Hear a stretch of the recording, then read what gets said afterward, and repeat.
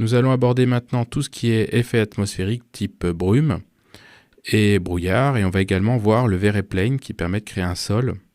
Et là, nous en l'occurrence, on va s'en servir pour créer de l'eau. Donc on va commencer par désactiver l'herbe parce qu'elle est assez longue à calculer, et donc vu qu'on va utiliser le rendu temps réel, ça risque de nous plomber. Donc je vais aller dans Asset Browser, Verefure.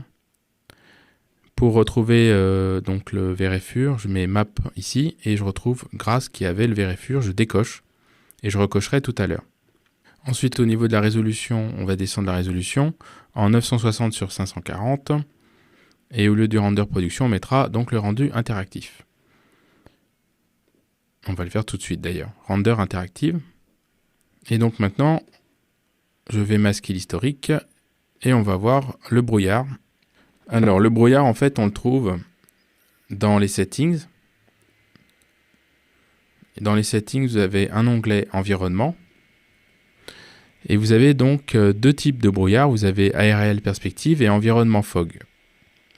Alors aérial perspective, quand vous allez le cocher, ça fait une sorte de brume bleue, mais qui se délimite aux géométries.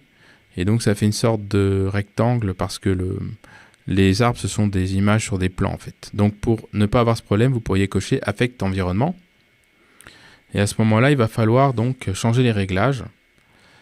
Et donc vous avez ici la hauteur de l'atmosphère. Donc vous pourriez mettre 400 au lieu du chiffre qui était là pour lui demander que le brouillard n'aille que à 40 cm de haut. Ensuite, vous avez View Distance qui règle la distance de visibilité. Donc ce chiffre, plus vous le diminuez, plus la brume est forte. Donc là, je vais mettre 200 000, ce qui me suffit amplement. Et le chiffre Inskater, lui, il règle donc la puissance. Si je mettais 2, j'aurais 2 fois plus de puissance. Vous voyez, avec 1, 2 fois moins. Donc voilà un petit peu ce qu'on obtient. Là, je vais désactiver l'aérial perspective et je vais vous parler maintenant de l'environnement fog. Alors l'environnement fog, lui, il est plus dédié à créer une sorte de brume, enfin de brouillard, pardon. Et donc ça fait une sorte de voile gris, vous voyez, par défaut. Donc pareil, on peut régler la hauteur du brouillard. Donc ici, si je mets au lieu de 100 000 mm, je mets 400 mm. Donc mon brouillard va aller jusqu'à une hauteur de 40 cm. Ensuite, on a un système ici avec une distance de particules. Plus on diminue ce chiffre, plus la densité augmente. Vous voyez, donc si je mets 50 000, j'ai plus de densité, vous voyez. Et si je mettais 10 000, encore plus. Ensuite, on a la couleur. Alors, on a deux couleurs qu'on peut régler. Dans Émission Color, donc on a une couleur qui permet de donner une légère teinte. Donc, vous voyez, quand je mets du bleu, ça donne une légère teinte bleue. Voilà, alors que si je mettais du jaune, ça ajoute une légère teinte. Alors que la couleur qui est au-dessus, elle donne une teinte beaucoup plus importante. Donc si je mets du bleu, vous voyez, ça va vraiment un bleu super fort. Donc je vais rester sur du blanc et du gris. Donc là, je vais mettre du gris pour la couleur et dans l'émission, je vais mettre du blanc. Donc après, l'avantage de l'environnement fog, c'est qu'on peut régler sa couleur, alors que l'aérial perspective, on ne peut pas. Donc là, je vais désactiver ces deux options, on les réactivera plus tard. Et je vais maintenant vous parler du Infinite Ground Plane qui permet de rajouter un plan. Le plan étant à la hauteur de ma caméra actuellement, donc ça ne fonctionne pas bien. Dans Height, ici, je vous conseille de mettre moins 100.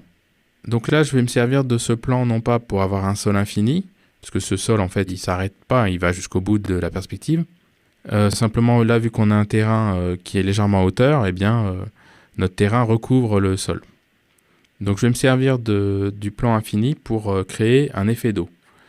Donc là, je vais mettre une distance de moins 1700. Et donc, ça va descendre mon plan là où j'ai envie de placer de l'eau. Donc, qu'est-ce qu'on peut faire? On peut mettre de la réflexion. Donc, si je prends la tirette de réflexion et que je la déplace vers la droite, on peut donc avoir comme ça un effet d'eau. On peut également mettre une transparence. Mais on n'a pas de vague. Donc, si on avait envie de faire un effet de vague, là, on pourrait remplacer la couleur par un matériau vert. Et à ce moment-là, on pourrait aller chercher dans la zone liquide un matériau qui s'appelle Wave. Et donc là, si je prends le Wave A01, on aura donc des vagues. On peut faire un rendu région pour que ça aille un petit peu plus vite. Donc ce qu'il faut, c'est agrandir les vagues, parce que là, c'est marqué 200 cm et moi j'ai 30 cm. Donc je vais mettre pareil, 2000 mm. On va regarder ce que ça donne. Donc ça fait, vous voyez, des vagues tout à fait intéressantes. On peut augmenter ce chiffre aussi, on peut tricher. Si je mettais 8000, donc là je vais agrandir 4 fois plus. Donc ça fait un effet plus, voilà, plus huileux. Donc c'est au choix. Vous pouvez aussi créer votre propre eau en mettant une texture noise dans un matériau verret. Et vous pourriez obtenir un résultat équivalent. Voilà, donc maintenant, on va regarder si on combine cette eau, soit la perspective aérienne, est-ce qu'on a un rendu intéressant. Alors là, la distance de visibilité, je pense qu'il faut que je mette 1 million. Hein. Sinon, c'est trop fort. Donc moi, personnellement, je n'aime pas trop cet effet-là. Je ne vais pas le mettre pour le rendu final. Ou alors, je vais diminuer très fortement, je vais augmenter la distance de visibilité pour que ça soit moins visible. Voilà, donc je vais mettre 2 millions, voilà, pour que ça soit extrêmement léger, voire 3 millions de millimètres de distance de visibilité. Et là, ça peut être intéressant.